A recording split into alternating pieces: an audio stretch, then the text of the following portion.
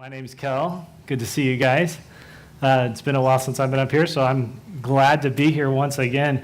We are kicking off a brand new series this week about passion. And most of you, when I think of the word passion, I just got to admit, the first thing that comes to mind is the steamy windows in the horror movies. You know, the kids are making out in the back seat, and you got the guy with the claw at the window. No? Okay. Some of you don't think passion that way. I'm a little twisted. It's okay. Steamy windows, we just get all this passion stuff. And when we see the word passion, we just think of all these things that we get excited about. Who's excited about March Madness, right? Bracketology. How's your bracket? I got a picture. Is it not on? There it is. How's it? Is your bracket doing good? I saw on ESPN Friday morning, only one person had a perfect bracket out of over 11 million people. That was just on Friday morning and all the upsets yesterday. So, yeah, people get excited about this kind of stuff. What else do people get excited about? What is it about passion? I mean, we get excited about all kinds of things. What do you get passionate about? Come on, help me out. Christ. Okay, good. Yes. That's a good Sunday school answer. We like that one. Good. All right, what else? What do you get I like that. That's good. What else? Okay. Oh, yeah, about that truth, man. You said that was not true. You get all passionate about that? Yeah. What else? Money. All right. Money is really a good one. I mean, we get passionate about all kinds of things. Do you collect anything?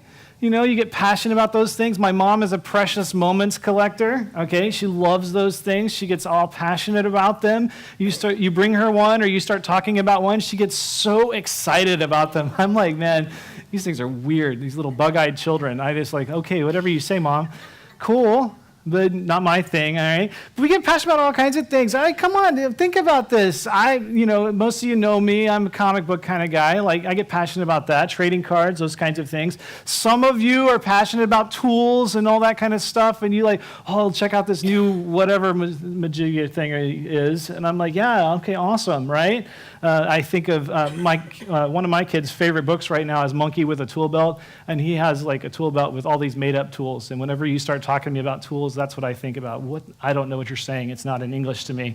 I mean, you get passionate about those kinds of things. Some of you get passionate about reading. This is my favorite book. You got to check this out. This is amazing. Some of you are passionate about maybe sewing, like quilts and that kind of stuff. That's cool. Some of you are passionate about working out, right? Is that your thing? You know, what's your thing? Baseball, maybe. Maybe it's your cause, your pet cause. If only everyone would just get on board for this cause, or get on board with my political party. Everything would be great. We just get really passionate about all these kinds of things. Basically, to answer the question, the first blank on your thing, what is passion? It's pretty much anything that you can get excited about, you get focused on, you get dedicated on, or that you begin to pursue.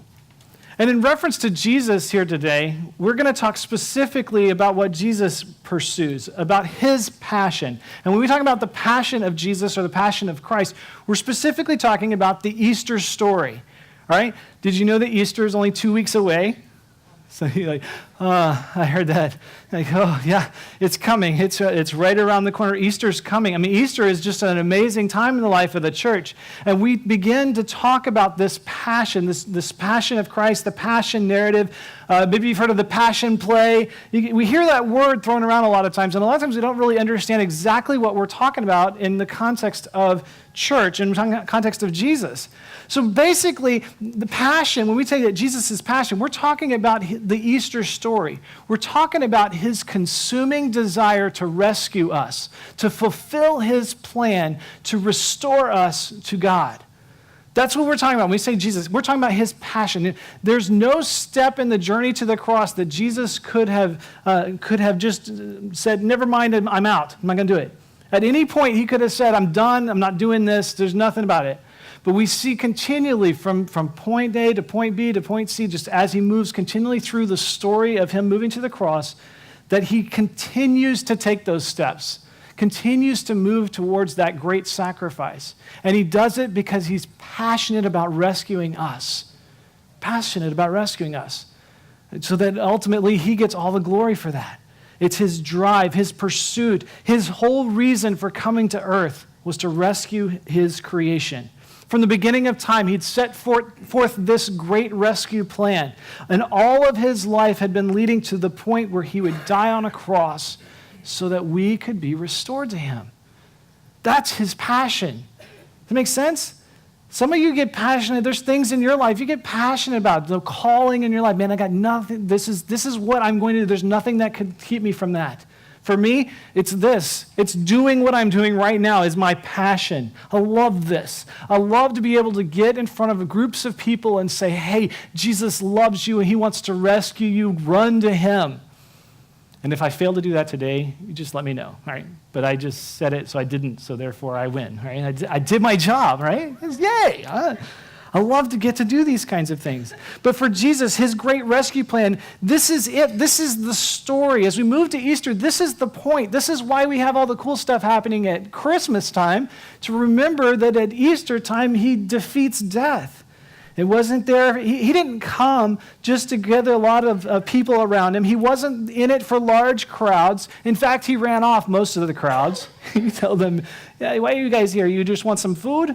No food for you, no soup for you, right? And then maybe it wasn't about the fortune either. It's not like, hey, I'm going to get rich and famous over this kind of stuff, because he gave all that stuff away. And he kept telling people, hey, you want to follow me? You haven't got a place to live. You get to sleep with foxes. Huh, yay, that sounds exciting, right? For my kids, it sounds exciting. For me, that's a little bit terrifying. I know. And it's cold, dirty. No, I'm not doing that, all right? And it wasn't about the fame for him. It wasn't, hey, I'm going to be super famous. He's about to self-destruct all of that possible outcome, about being the most famous man in Jerusalem at the time. No, it wasn't about that for him. Jesus' passion was to rescue us, his creation. And what is he rescuing us from? From sin, from death, from the destruction that we have brought on ourselves, from us trying to say, hey, I got this. I'm a good enough God for me, and so I'm going to do fine. And Jesus says, no, you're not. You can never be all that God needs to be. You can never do it on your own. You can never escape what you deserve on your own. You need to be rescued. I must come. I must sacrifice myself so that you can have a relationship with God once again. So that's his passion. It's all about that. From the beginning of time, through creation, through the fall, through the rescue, all of this is about Jesus. This is where he is. So today we're going to pick up. I'm going to show you a little bit about this. In Luke chapter 22, if you have your Bible, you can flip there. If not, it'll be on the screen. In Luke chapter 22, we're picking up right after the Lord's Supper. So if you haven't read that story, go back and read it later. That's your homework for today. Go read the first part of Luke 22. All right? We're in the middle of this passion story. He's moving towards the cross. And Luke chapter 22, verse 24, we'll pick up here. And they just had this great experience with Jesus. Jesus tells them, hey, I love you. And we're having the Passover celebration, which was the big deal celebration of the time. And here's what happens. As soon as they're done with Passover celebration, a dispute also arose among them as to which of them was to be regarded as the greatest. So high-quality religious experience, dispute immediately. I love that. And he said to them, the kings of the Gentiles exercise lordship over them, and those in authority over them are called benefactors. But not so with you. Rather, let the greatest among you become as the youngest, and the leader as one who serves. For who is the greater, one who reclines at table or one who serves? Is it not the one who reclines at table? But I am among you as the one who serves. You are those who have stayed with me in my trials, and I assign to you, as my Father assigned to me, a kingdom, that you may eat and drink at my table in my kingdom and sit on thrones judging the 12 tribes of Israel. So immediately after this great religious experience, the Passover was like the big deal festival. All right? I don't know what your favorite holiday is. All right? Think about it as this. You're going to your favorite holiday, whether it's Thanksgiving, which is right up there for me because you get to eat so much, or Christmas, because you get to be around all your kids and do all the fun stuff with that. Your favorite experience, religious experience, Christmas Eve service, all right? Let's say that's your favorite. Right after that, you leave the Christmas Eve service after having such a cool thing going on, and you start arguing with your siblings on the way out the door. That's exactly what's going on here. It's like, children, come on now. I have kids. My kids squabble constantly. I'm like, man, can you guys just stop for 5 minutes? No, I've got to have it my way. It's going to be there. And there's conflict there. And this argument starts coming out. Who's going to be the greatest? Who's the best? Who's in charge here? Who's going to be the one to lead after Jesus begins to hand out all his earthly kingdom and crowns? And they're like, man, we got this. This is so much. I'm going to be the greatest. You know, you just got that, right? And Jesus is like, oh, come on. We just talked about sacrifice here. Let me remind you, it's not about who's the greatest. It's about who's the least. It's not about who's in charge. It's about who serves well. It's about service here. It's about being under theirs. Man, a lot of times I think that we come to something like a Sunday morning service and we look at these great religious experiences in our lives. Growing up, and I grew up in church, and so we go to summer camp. We had Sunday morning church, Sunday night church. We had Wednesday night church. We had Tuesday night visitation. Did you know all that kind of stuff existed? We were at church all the time. It's just one of the things that growing up, that's what our family did. And those experiences, especially something like youth camp or a retreat, were designed to fill us up. And a lot of times we come to church on a Sunday morning and we're thinking, man, if I can just get a little bit today to fill me up, get that cool experience, I'll be good to go for the rest of the week, right? But what inevitably happens? Monday happens. That's exactly right. Like Monday, I got to get up, it's time for work, conflict with the boss, I got to go to school, I got all these projects due, and just things begin to overwhelm us. And we forget. Many of us, our passion for Jesus can be just a mask for us. It's just a disguise for us. We begin to try to fake it as best we can. We come here, oh, brother, it's great, and on the inside you're crying. And I understand that. That stuff happens. We do that. We believe in God. But man, sometimes it just doesn't feel like it connects with us the rest of the week. There's just something about that. And so we live from moment to moment, from experience to experience, trying to keep hold of that little grasp of something. And man, that just doesn't fill us up. We just don't feel like we're good enough, or we're just not connected enough. Or man, if only I could just make it to growth group on Wednesday, or make it to the prayer meeting on Thursday. I just need something else there. And we feel like we are lost. Standing there saying, help me get to the next waypoint. I need your help, right? Just begging, please, I'm lost. Help me. Let me connect. It's really hard for us to maintain our passion for God on our own. And a lot of times we end up feeling guilty about it. Some of us might get depressed about it. Some of us might give up on church altogether and just say, no, I'm not doing that anymore. We just give up. I'm not doing that. But here's the thing that I would like to encourage you with today. One thing. Jesus knows you anyway. Even though you feel like that, he still knows you. He still loves you. He still pursues you. He still has a passion for you. Still. Our feelings don't determine the reality of what Jesus is about. Thank goodness. Because that pepperoni pizza from Friday sure didn't sit well, right? God must not love me. No. But no. How I feel doesn't determine the truth of what Jesus does. Jesus still is passionate about us. Jesus still pursues us. Here's something. Let's see. So the disciples doing all this kind of stuff. I'm going to be greatest. Jesus corrected him. And here's what he says. Verse 31. He says, Simon, Simon. Now he's talking to Peter. And he's using Peter's first name, his before I called you out name. All right. He says, dude, you've reverted. You're a child again. Simon, Simon. All right. Behold, Satan demanded to have you, that he might sift you like wheat. But I have prayed for you that your faith may not fail. And when you have turned again, strengthen your brothers. Peter said to him, Lord, I am ready to go with you both to prison and to death. I'm the greatest, right? That's what he's saying. And Jesus said, I tell you, Peter, the rooster will not crow this day until you deny 3 times that you even know me. And Peter's like, whatever. I'm the best, dude. I'm the oldest guy here. I'm obviously in charge, and I speak the most, so I'm obviously the smartest guy in the room. I got this. And a lot of times we come on Sunday morning, we get ourselves filled up, and we say, man, I got this. I'm good. Good. I can do this. All right, here we go. Rah, rah. We get ourselves all pumped. Rah, rah, rah, I got this. All right? But God knows us. He knows what's happening. Heck, he knows what your Monday is going to look like already, even though you may not know it yet. He knows what's coming. He's there for us. So Jesus is trying to help them out. Hey, understand this, guys. As much as you may pump yourself up, I know you. It's like when your mama corrected you before you did something wrong. Mom ever do that to you?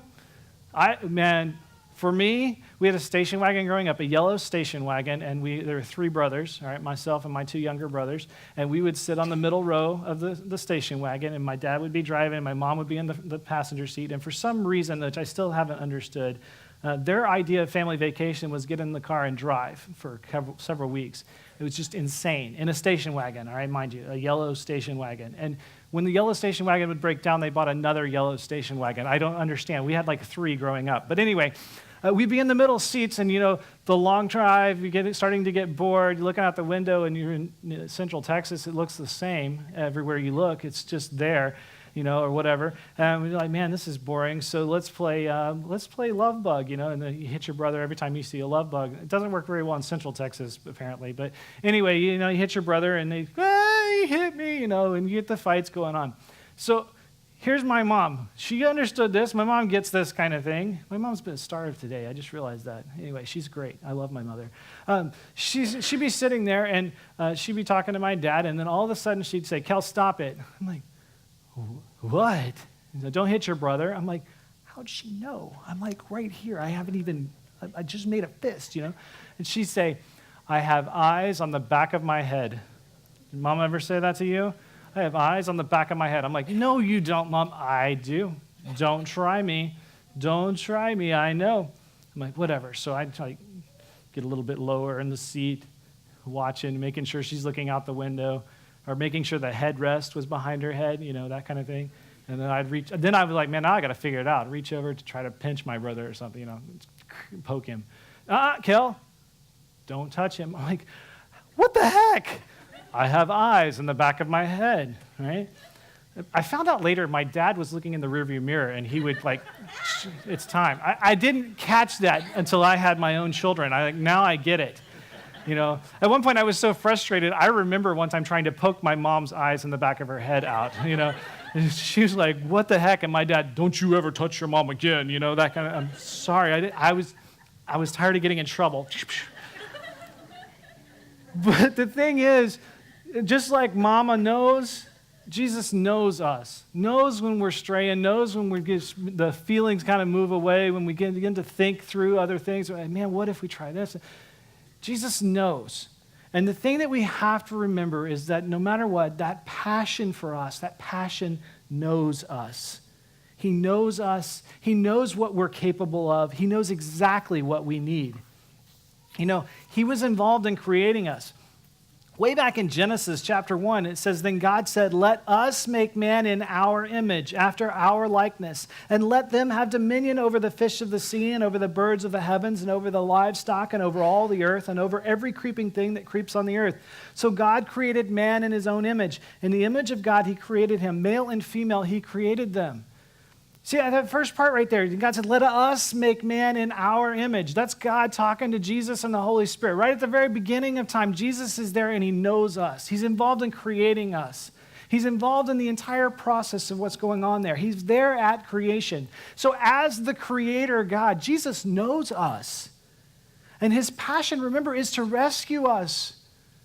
So from the beginning, he's known us, knows who we are and what we are all about, and he's still coming to rescue us. And not only does he know us just in a general sense, but he knows us precisely. He knows exactly what's going on with us. Look what he says to Peter, verse 34 in Luke 22. He says, I tell you, Peter, the rooster will not crow this day until you deny 3 times that you know me. This isn't some, hey, Peter, dude, you talk a lot and you're going to deny me at some point. You probably will have a bad day tomorrow, right? I could say that to each of you and look like a really cool prophet. Tomorrow's Monday, it's going to be rough, right? You can just say that, and some of you would be like, that's not prophecy. I already know that, right? But no, what Jesus does to Peter, he says very precisely, before the rooster crows, before sun comes up tomorrow, you're going to deny me, and not just leave me. It's, man, you are turning away from me. You're completely bugging out of my camp. And not only are you going to bug out of my camp once, you're going to do it 3 times before the sun comes up. 3 times. No guessing, no about, no maybe, no probably. Very precise, measurable number. And it's 3. Can you count to 3? Okay, good. Just making sure. All right? 1, 2, 3. We can number that. We can be very sure and measure exactly what that means. Jesus knows us precisely. In John 10, he says, I am the good shepherd. I know my own, and my own know me, just as the Father knows me, and I know the Father, and I lay down my life for the sheep. He is our shepherd. He knows us. And the shepherd, the thing about shepherds back in that day, a lot of times they would name their sheep and be able to call them, and the sheep would respond to their name because they were with them all the time. It's the same kind of thing for us, guys. He knows us. He knows us by name. He knows precisely what's going on in our lives and in our hearts. He knows your hurt. He knows your suffering. He knows your messiness. Right? He knows your failure. He knows when you're relying on religion instead of a relationship. All of us are known by Jesus, and his passion is to rescue us anyway. Can you imagine that kind of a love? Someone knows you just like you are and still is pursuing you? This is a pretty big deal. That's why we celebrate Easter. That's why Easter is such an amazing time. Because Jesus has pursued us and is passionate about us. And we don't deserve it. But all he's doing here is he's looking to bring himself glory. Hebrews 2 says, for it was fitting that he, for whom and by whom all things exist, in bringing many sons to glory, should make the founder of their salvation perfect through suffering. So he says, hey, I got this. I'm going to bring everyone to glory. I'm going to bring all of these people that I called, that I've chosen and that follow me to glory, so that, and that's going to happen through my suffering. I'm choosing this. My passion involves a path that leads to the cross. Jesus knows this, right? He knows where he's going, and he's still doing it. He knows what's in store for him. He knows exactly who you are and what's wrong with you, and he still chooses to pursue you. This is an amazing God, amazing person here. And the thing is, it's not just some passive knowing you and not some passive pursuit of you either. It's very active. Here, remember what he told Peter before he says that you're going to deny me 3 times? He tells Peter in verses 31 and 32 of Luke again, he says, Simon, Simon, behold, Satan demanded to have you that he might sift you like wheat. But I have prayed for you that your faith may not fail. And when you have turned again, strengthen your brothers. I have prayed for you. He's very active here. Very much we see the activity of his passion. Passion prays. That pursuit prays. That pursuit is looking for us and continuing to pray for us. Prayer is an action. It's not just some boring thing where you sit in a room and be quiet for a while. If that's your interpretation, you should come on Sunday mornings right before church from 10 to 10:30 and come sit in this room and hear passionate prayer.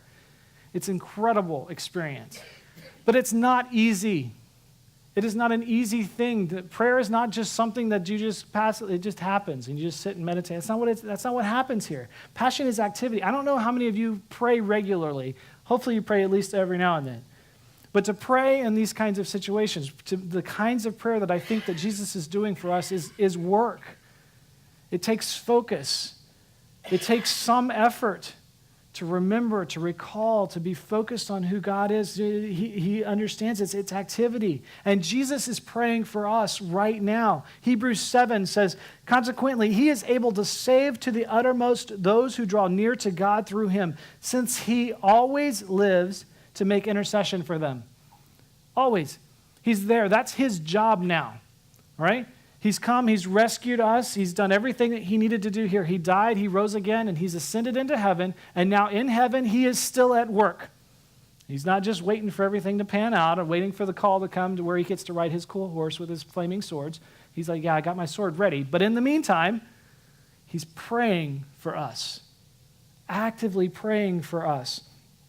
He is on our behalf saying, Lord, God, help these people. God, help these people. Here's this person and this person. Here's the needs. He's praying for us. Romans 8, it says, who is to condemn? Christ Jesus is the one who died. More than that, who was raised, who is at the right hand of God, who indeed is interceding for us. You know what interceding means? Praying for us. That's his job right now. So he was so passionate to pursue the cross and to pursue resurrection, to pursue us, that he is still pursuing us.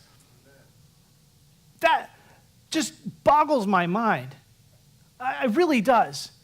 I am a sports card collector, all right? And when I finally get the card that I want, I go stick it in the binder and I don't even really think about it ever again, right? That's not the case here. He's not forgetting about his task once he's accomplished it. He's coming back and pursuing still, ever more so, pursuing us, praying for us that we will come to him, that we'll be rescued by him. The creator of the universe knows us, and he's praying for us. And he prays not just generic prayers for us, he's praying very specifically for us. Again, it's not just bless all the dear children. It's very much by name. He knows us. He knows exactly what's going on. And he leads him to pray just for us. John 17 says, this is before he even gets into heaven, Jesus is saying this. John 17 says, I do not ask for these only, not just the disciples that are sitting right here, all right, but also for those who will believe in me through their word, that they may all be one, just as you, Father, are in me and I in you, that they also may be in us, so that the world may believe that you have sent me. Man, he's moving towards the cross and he starts praying for us. You see that? Those who will believe. I don't know about you, I believe, all right, I'm in. So he's praying for me here.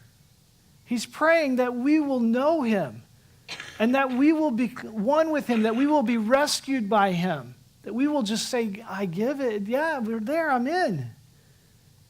He's praying for those who will believe. We get so excited about so many different things. I mean, man, we're looking at moving soon, and we're getting all excited about finding a new house. You know, this is so cool. I can't wait. Exciting. You know, and we look at all these houses, and we got the apps that tell you this house came on the market. I'm like, yeah, cool. Look, babe, this is perfect for us. And then it sells the next day.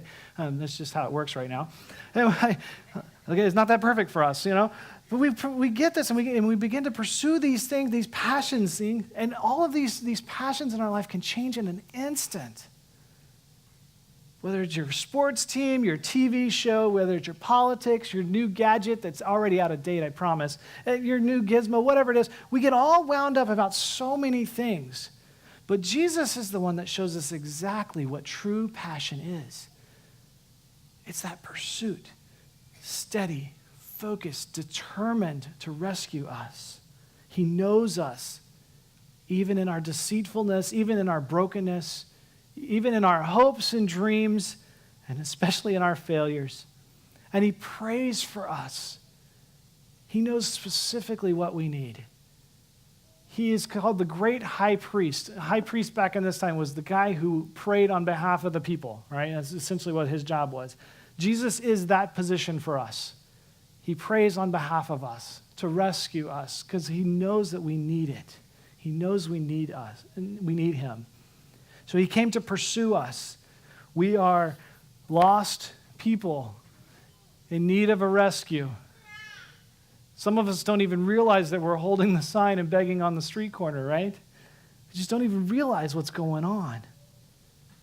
But because Jesus came, because Jesus died, because he will come again, we no longer have to be lost.